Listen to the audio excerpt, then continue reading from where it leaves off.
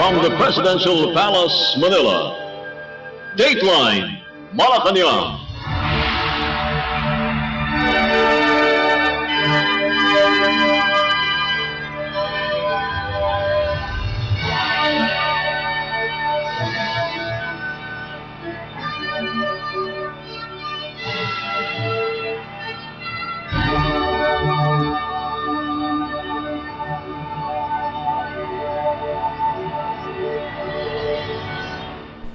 Good day, this is Dateline Malacañang. Here are today's Palace top stories. President Ferdinand R. Marcos Jr. on Monday vowed to advance the Philippines' interests in the 43rd Association of Southeast Asian Nations or ASEAN Summit and related summits, which will be held in Indonesia from September 5 to 7. The President made the commitment during his departure statement at Villamor Air Base in Pasay City. Once again, I will use this opportunity to advance Philippine priorities in ASEAN and work with our other ASEAN member states, not only in addressing the complex challenges facing the region, but also in pursuing opportunities for ASEAN as an epicentrum of growth. My participation will highlight our advocacies in promoting a rules-based international order, including in the South China Sea, strengthening food security, calling for climate justice, tapping the potential of the digital and creative economies, protecting migrant workers in crisis situations, as well as combating trafficking in persons.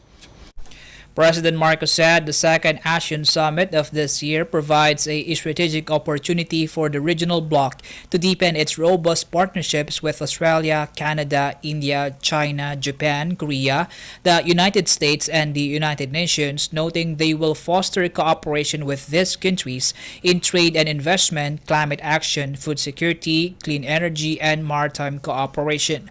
President Marcos said he would participate in the ASEAN Plus 3 and East Asia summits to discuss developments in the South China Sea, the situation in Myanmar, and the conflict in Ukraine, as well as on major power rivalries. I will also take the opportunity to meet the bilateral partners at the sidelines of the ASEAN Summit to advance cooperation that will benefit our national priorities. As a founding member, ASEAN has always been closely intertwined with Philippine foreign policy. My administration will continue to ensure that our constructive engagements with ASEAN, our dialogue partners, and stakeholders serve our national interests and the well-being of the Filipino people. President Marcos is expected to attend 13 leaders-level engagements, 12 of which are summit sessions with other leaders, according to the Foreign Affairs Department. The 43rd Summit and related summits with the theme ASEAN Matters, Epicentrum of Growth, will conclude on September 7 with a handover ceremony of the ASEAN chairmanship from Indonesia to Laos People's Democratic Republic. Established on August 8, 1967, ASEAN is a political and economic union of 10 member states in Southeast Asia composed of Indonesia, Malaysia, the Philippines, Singapore, Thailand, Brunei Darussalam, Vietnam, Laos PDR, Myanmar, and Cambodia. Dateline Malacañang. In our news, President Ferdinand R. Marcos Jr. on Monday vowed that the government will continue to go after rice smugglers and hoarders to be said to be behind the recent spike in rice prices. The president made the commitment before heading to Indonesia for the 43rd ASEAN Summit and related summits. Tuloy po ang ating magiging kampanya sa paghuhuli ng mga smuggler, sa paghuhuli sa mga hoarder. Tuloy-tuloy yan. Sa pag-aaral namin, ang dahilan lamang dito ay talagang nandyan ang mga smuggler at saka ang mga hoarder. President Marcos said the government has to step in as the recent increase in prices is already affecting consumers. Ako po, sa aking pag-iisip, ang aking pag-approach pagka dumating sa ekonomiya, ay nais kong sa hanggat maaari ayaw kong pakialaman ang merkado. At pabayaan natin, let the market do its work. Ngunit ay pinapakialaman na ang merkado natin. Kaya't kailangan pumasok ang pamahalaan at ito nga ang aming ginawa ay tayo ay naglagay ng price ceiling para sa presyo ng bigas. The President recently signed Executive Order Number 39 setting price caps on regular and well-milled rice in the whole country that will take effect on September 5. Under the EO, the mandated price cap for regular milled rice is 41 pesos per kilogram, while the mandated price ceiling for well-milled rice is 45 pesos per kilogram. President Marcos, however, assured that the government has a plan for rice retailers to be affected by the imposition of a price ceiling. Naunawaan namin kaagad mula sa simula ng usapan tungkol sa price control sa bigas, naunawaan na namin at nakita kaagad na merong mga retailer na may ipit. Dahil sila ay bumili ng mahal na bigas, ngayon ay mapipilitan sila maipagbili yung mahal na bigas sa murang halaga. Kaya alam namin yon. Kaya gumawa kami, meron tayong plano. President Marcos said the Department of Trade and Industry and the Department of Agriculture are preparing a list of rice retailers to be adversely affected by the price cap. The government is also calculating the possible losses that will be incurred due to the imposition of a price ceiling. President Marcos said the Department of Social Welfare and Development was also instructed to allocate funds to be used to help the affected rice retailers. He said the price ceiling is only a temporary measure. Because this is a temporary measure, the rice supply will be coming in the second week of September. Nandyan na yung ani ng Pilipinas, nandyan na yung importation natin. Wala na naman talagang magiging dahilan kung bakit tataas ang presyo ng bigas. Dateline Malacañang. In related news, qualified small rice retailers affected by the mandated price ceilings on rice in the country are expected to receive financial assistance from the Department of Social Welfare and Development or DSWD, according to Secretary Rex Gatchalian. In an interview with the press, Secretary Gatchalian said President Ferdinand R. Marcos Jr. has instructed them to utilize their Sustainable Livelihood Program to assist rice traders and retailers under the capital build-up mandate of the program. Only small rice traders and retailers or the vulnerable groups will receive the government's aid, according to Gatchalian. The Sustainable Livelihood Program of the DSWD has three important mandates, such as the Startup Capital, which is intended for those who wish to start a small business, the Capital Build for cases similar to the effects of the EO 39 to small businessmen, and the employment grants. Secretary Gatchalian pointed out that the DSWD has a ready mechanism for the Sustainable Livelihood Program because the agency used the same during the Boracay rehabilitation and COVID-19 pandemic. Before leaving for Indonesia on Monday, President Ferdinand R. Marcos Jr. said the Department of Trade and Industry or DTI and the Department of Agriculture or DA will be coming up with a list of the affected rice traders and rice retailers who will receive the government's assistance. President Marcos ordered the DSWD to provide the necessary assistance. Secretary Gatchalian said they will immediately provide the necessary assistance once they receive the verified list from the DTI and the DA. He emphasized that they are ready to start the payout nationwide. The DSWD chief said they do not expect the financial assistance to be very long since the implementation of the mandated rice price ceilings is only temporary or a stopgap measure to lower the prices of the staple food.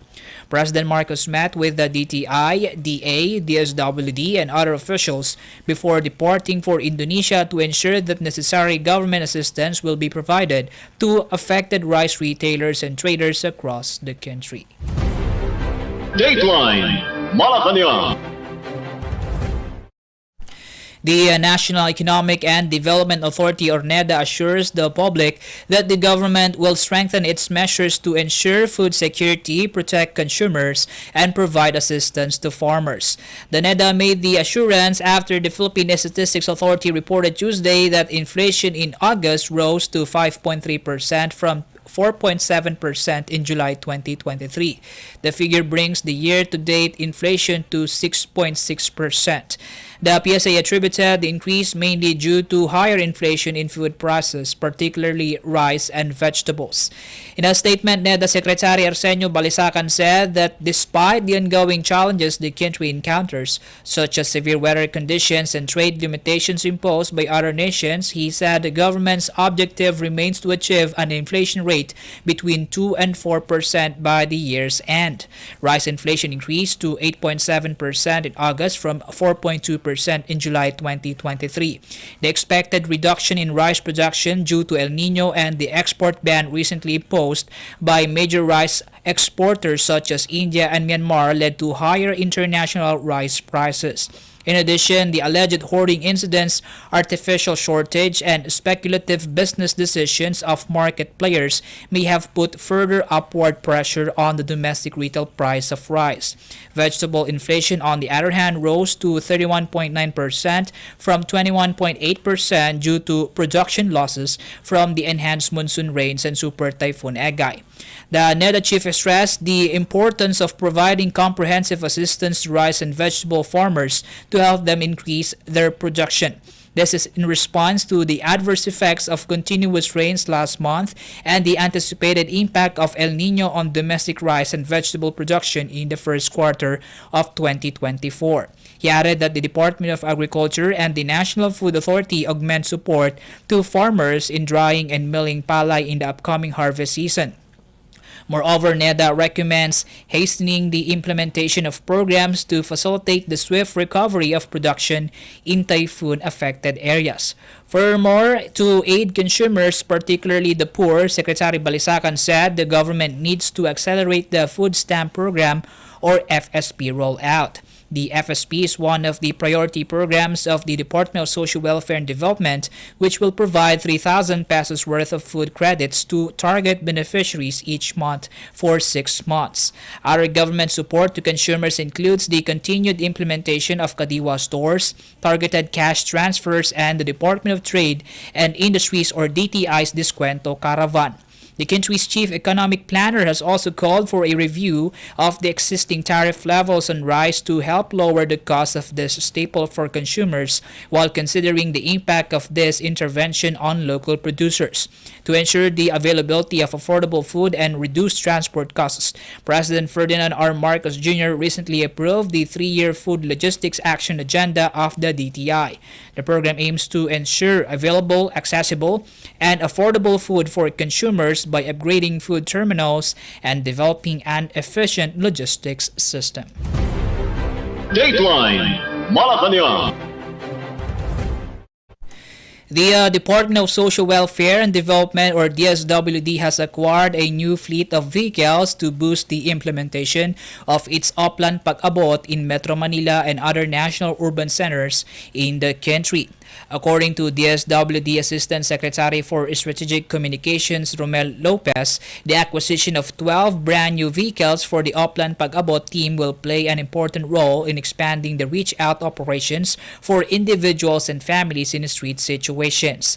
Lopez, who is also the DSWD spokesperson, said the vehicles mark a milestone in the agency's commitment to extending its reach and providing even more effective services to those in need.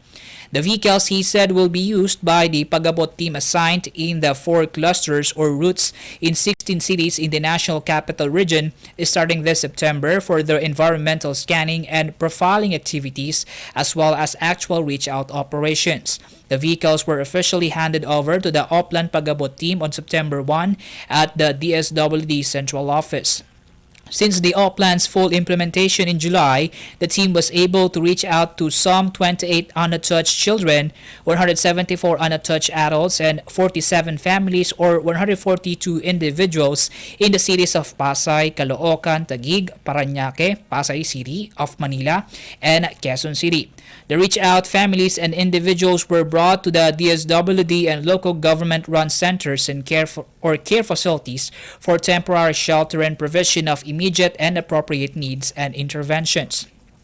The Oplan Pag-abot is among the initiatives of the DSWD that aims to reduce the risks and vulnerabilities of children, individuals, and families in street situations through reach-out operations and provision of various interventions. Dateline Malacañang. The combined amount of damage to agriculture and infrastructure caused by the southwest monsoon enhanced by typhoons Goring and Hana has exceeded to 1.3 billion peso mark. In its latest disaster bulletin, the National Disaster Risk Reduction and Management Council or NDRRMC said agricultural damage was estimated at 623.8 million pesos in Cagayan Valley, Central Luzon, Mimaropa, Western Visayas, and the Cordillera Administrative Region or CAR. Some 17,801 farmers and fisherfolk were affected. Meanwhile, infrastructure damage was estimated at 727.2 million pesos in Ilocos Region, Cagayan Valley, Mimaropa, Western Visayas, and Cordillera. A total of 1,378 houses were reported damaged in 7 regions. Meanwhile, affected families are at 140,095, which is equivalent to 514,016 persons residing in 1,757 barangays in 8 regions. 1 death has been confirmed in Western Visayas, while report of another fatality in Cordillera and 1 missing person in Western Visayas is being validated. Dateline Malacañang. The Department of Health or DOH on Monday said the Philippines remains to have high levels of child stunting with 26.7% or 1 in every 4 children under 5 years old being shorter for their age. Speaking at the national launch for the Philippine Plan of Action for Nutrition or PPAN 2023 to 2028 at the Manila Hotel, Health Secretary Teodoro Herbosa noted that 5% of children under 5 years old are wasting or underweight for a child's height. He also mentioned the obesity problem among children, especially teenagers, as it reaches as high as 13 to 14%. Through the PPAN, the government seeks to address all forms of malnutrition with a particular focus on stunting and wasting, obesity, micronutrient deficiencies, and poor infant and young child feeding practices. The new PPAN, which is the 11th plan for food and nutrition since 1974, sets the direction for food and nutrition policies and strategies for various stakeholders and duty bearers from the government, non-government organizations, development partners, or academies, local government units, and the private sector. Secretary Herbosa said nutrition is recognized as one of the pillars for socioeconomics in the country by President Ferdinand R. Marcos Jr. President Marcos labeled nutrition as one of the priorities of his administration, as shown in the inclusion of pregnant women and children in the first 1,000 days of life in the food stamp program led by the Department of Social Welfare and Development. As and takes on the whole of society approach, the National Nutrition Council will organize launches in the coming weeks at the regional and local levels. Dateline Malacañang. The country's daily average for new coronavirus disease 2019 or COVID-19 cases went down by 3% from August 28 to September 3. In its latest case bulletin, the Department of Health or DOH recorded 111 daily infections, 3 cases lower than the 114 cases recorded in the previous 7 days. From August 28 to September 3, it said a total of 718 new cases were recorded. Meanwhile, the tally of severe and critical infections increased to 291 from 240 cases logged during the week of August 21 to 27. 5 deaths were verified during the past week, but they did not occur between August 20 to September 3. Only 10.8% of the intensive care units or ICU beds, or 166 out of the 1,542 are in use, while 13.9% or 1,982 of 14,307 non-ICU beds have been utilized as of September 3. At least 78,443,972 or 100.4% of the country's target population of 78,100,578 have been vaccinated against COVID-19, including 82.16% of 8,721,357 senior citizens as of March 19. A total of 23,811,248 have received booster shots out of the fully vaccinated population. The country has logged 4,110,343 COVID-19 cases, with 2,685 active cases, 4,040,991 recoveries, and 66,667 deaths since January 2020. Dateline Malacañang. The Department of Health, or DOH, on Monday said non-communicable diseases such as diabetes could be prevented through healthy lifestyle and not by certain products sold online. The DOH made the statement after an article using the name of DOH Secretary Teodoro Herbosa and the University of the Philippines Philippine General Hospital, or UPPGH, circulated online. The article talked about DOH cooperating with UPPGH to help Filipinos with diabetes find the right method to stabilize their blood sugar at home. In a public advisory, the DOH clarifies that no such scenario or statement has been made by the department and its officials. It also reminded everyone that communicable diseases and comorbidities may be avoided through proper diet and regular exercise, among others. It said criminal charges may be pressed if related posts shall persist. The DOH also enjoined the public to source information only from legitimate sources and platforms of government agencies. Dateline Malacañang. The government is on track to wipe out the remaining New People's Army, or NPA units still operating in the country following the declaration of Palawan as an insurgency-free province. In a Facebook post, the National Task Force to End Local Communist Armed Conflict, or NTF-LCAC, said that its feat brings the country closer to the Marcos administration's vision of a united, peaceful, and prosperous nation. It lauded the achievement as a significant breakthrough that it said reflects the collective efforts of the local government, the security sector, and civil society. The body also reiterated its commitment to promoting peace in all aspects of its work, from diplomacy and security to development and human rights. During the rites for the declaration of Palawan as insurgency-free in Puerto Princesa City on September 1, President Ferdinand R. Marcos Jr. said the country continues to make significant strides in attaining peace and order. The chief executive also attributed the successful implementation of the peace initiatives and anti-insurgency efforts to the government's whole-of-nation approach. President Marcos lauded the collaborative and inclusive efforts of the regional and provincial task forces to end local communist armed conflict, Provincial Peace and Order Council, partner agencies, and Palawan residents to end insurgency in the island. Dateline Malacañang.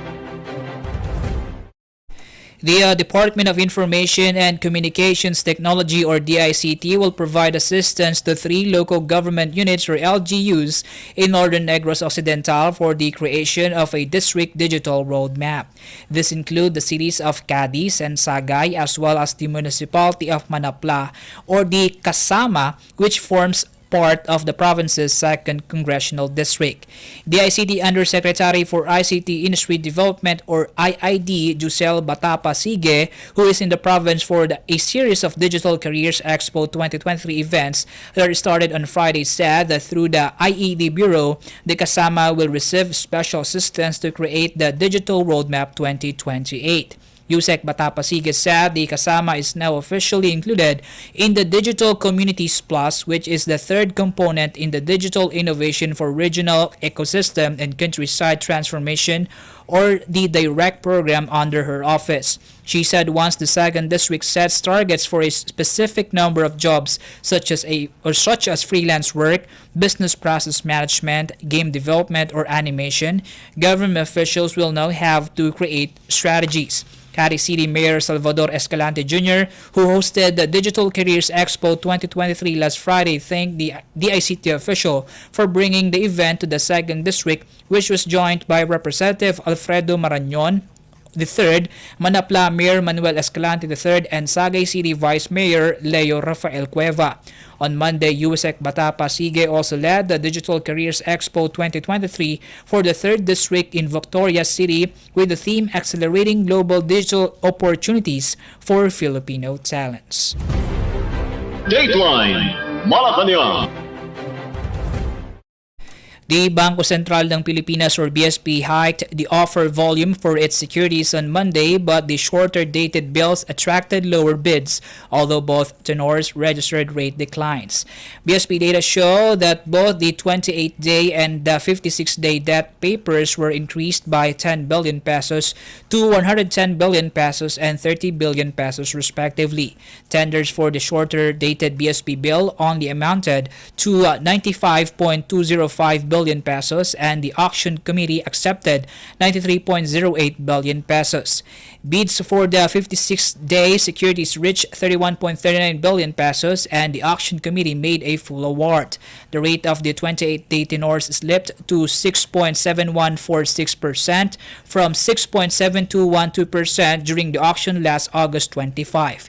The average rate of the 56-day paper also went down to 6.7180% from 6.7273% in the previous auction. BSP Deputy Governor Francisco Daquila Jr. said the yield range for the shorter dated debt paper widened to 6.6875 to 6.7400%, but those for the 56-day securities remained at 6.65 to 6.76%. The BSP's monetary operations, he said, will continue to be guided by its assessment of prevailing liquidity conditions and market developments. Dateline Malacañang. The Bureau of Immigration or BI aims to replace half of its manual counters with around 1.9 billion pesos worth of electronic gates or e-gates to lessen processing time to about 8 seconds per passenger. According to Immigration Commissioner Norman Tansinco, the said plan is part of the agency's approved 2024 to 2026 Information Systems Strategic Plan. He said the purchase of some 43 e-gates will be done in 2024 once the project's requested budget is approved, with targeted installation completion targeted by 2026. To date, there are only 21 e-gates installed in international airports around the country, most of which are installed at the Ninoy Aquino International Airport or NAIA.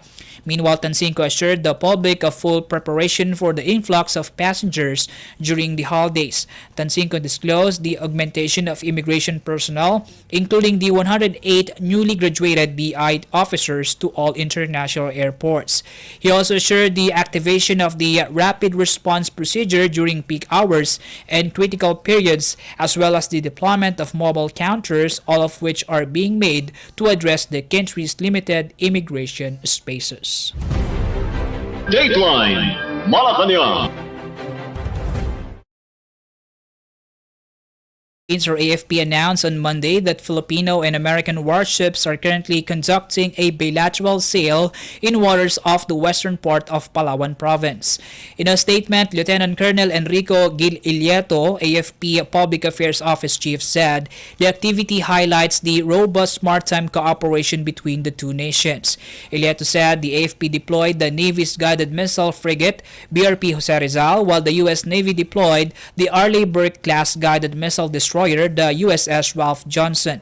He also said the AFP Western Command's Naval Task Force 41 and the U.S. 7th Fleet will carry out a division tactics rehearsal aimed at enhancing interoperability between the two navies. He said the AFP will continue to be involved in bilateral and multilateral activities that will contribute in further developing its capability to perform its mission of protecting the country's national sovereignty and national territory.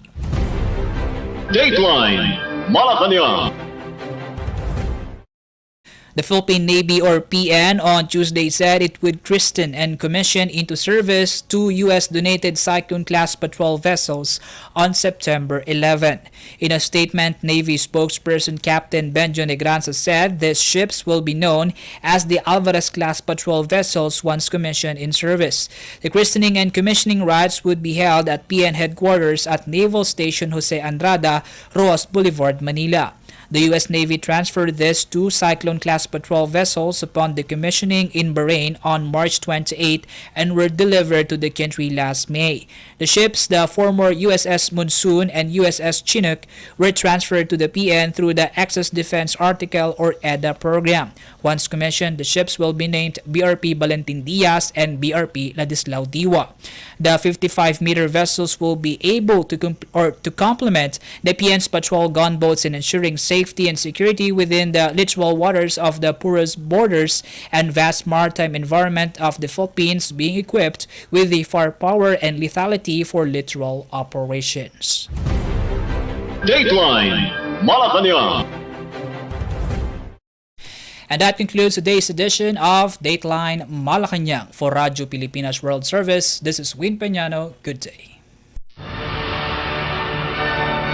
From the Presidential Palace, Manila, Dateline Malacañang.